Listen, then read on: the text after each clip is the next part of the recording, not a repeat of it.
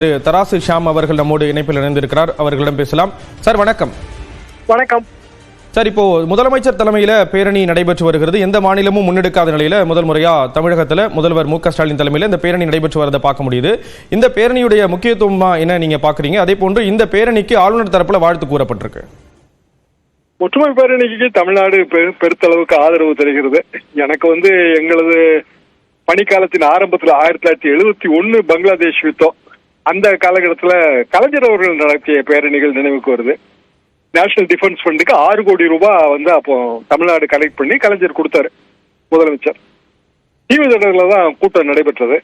இன்றைக்கு இந்த நிகழ்வுகளை எல்லாம் பார்க்கும்போது அந்த பழைய நினைவுகள் வந்தது. அப்போ மெட்ராஸ் ரெஜிமெண்ட், அதுதான் நம்மளோட ராணுவ வீரர்கள் அடங்கிய படைப்பிரிவு, அது டாக்கால போய் பெரிய அளவுக்கு முன்னேறி சென்றது. பெரிய இங்க தமிழ்நாடுல எல்லா ஊடகங்கள், பத்திரிகைகள், டிவிக்கள் கிடையாது, பாராட்டு செய்திகள், முதலமைச்சர் கலைஞர் அவர்களோட பாராட்டு செய்தி, இப்படி போய் தமிழ்நாடு எப்போதுமே தேசத்துக்கான போரில் முன்னிலை வகிக்கும். தேசத்துக்கான போரிலே ராணுவத்திற்கு எப்போதுமே நாம் ஆதரவு தெரிவிக்கிறோம். அந்த வகையில் தான் இன்றைய ஒற்றுமை பேரணியை நாம் பார்க்க வேண்டும். ஆளுநர் அவர்களும் அதற்கு பாராட்டு தெரிவித்திருப்பதும் நன்றி தெரிவித்திருப்பதும் மிகுந்த முக்கியத்துவம் பெறுகிறது. நீங்கள் சரியாக சொன்னபடி இது இந்தியாவிலேயே முதல் முறை. இன்னும் பல மாநிலங்கள் இதை பின்பற்றும் என்று நான் நினைக்கிறேன். அதே போல தேசிய பாதுகாப்பு நிதிக்கும் பெரிய அளவுக்கு தமிழ்நாடு மற்றும் பிற மாநிலங்கள் பெரிய அளவுக்கு நிதி கொடுக்கும் என்பது எனது எதிர்பார்ப்பு. இன்றைய தினம் பார்க்கும் பொழுது எல்லா கட்சிகளுமே நாட்டுப்பற்று அப்படிங்கிற ஒரு ரீதியில ஒரே புள்ளியில இருக்கிறத நம்மளால பார்க்க முடியுது இந்த பேரணியின் மூலமா. இன்னொரு பக்கம் சண்டிகர் போன்ற மாநிலங்கள்ல இளைஞர்கள் ரத்த தானம் வழங்குறது, அதே போன்று தன்னார்வலர்களா சேர்வதற்கு ஆர்வம் செலுத்துறதையும் பார்க்க முடியுது. இப்போ வட மாநிலங்கள்ல மேல இருக்கக்கூடிய எல்லையோர மாநிலங்கள்ல பதற்றம் இருக்கக்கூடிய ஒரு சூழல்ல தென் மாநிலங்கள்ல இந்த போர் தொடர்பான விழிப்புணர்வு அப்படிங்கிறது எந்த அளவுல இருக்கிறதா நீங்க பாக்குறீங்க?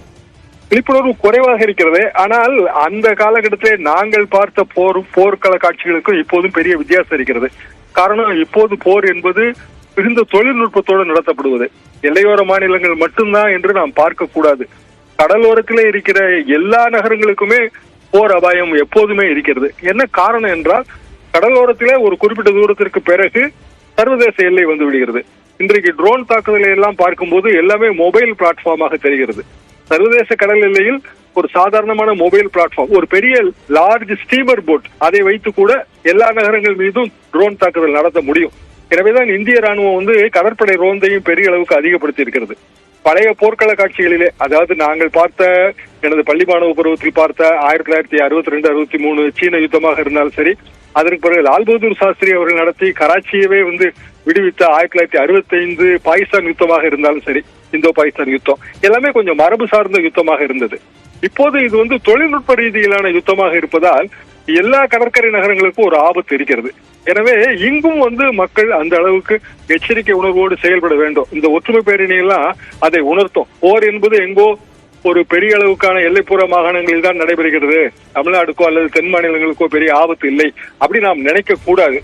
நாம் நமது ராணுவத்திற்கு மிகுந்த அளவுக்கு மனதளவிலும் சரி, நமது நிதி அளவிலும் சரி, பெரிய அளவுக்கான ஒரு ஆதரவை தெரிவிக்க வேண்டும். காரணம், அது அவர்களுக்கான ஒரு ஊக்க சக்தியாக அமையும், உளவியல் ரீதியான ஒரு சக்தியாக அமையும்.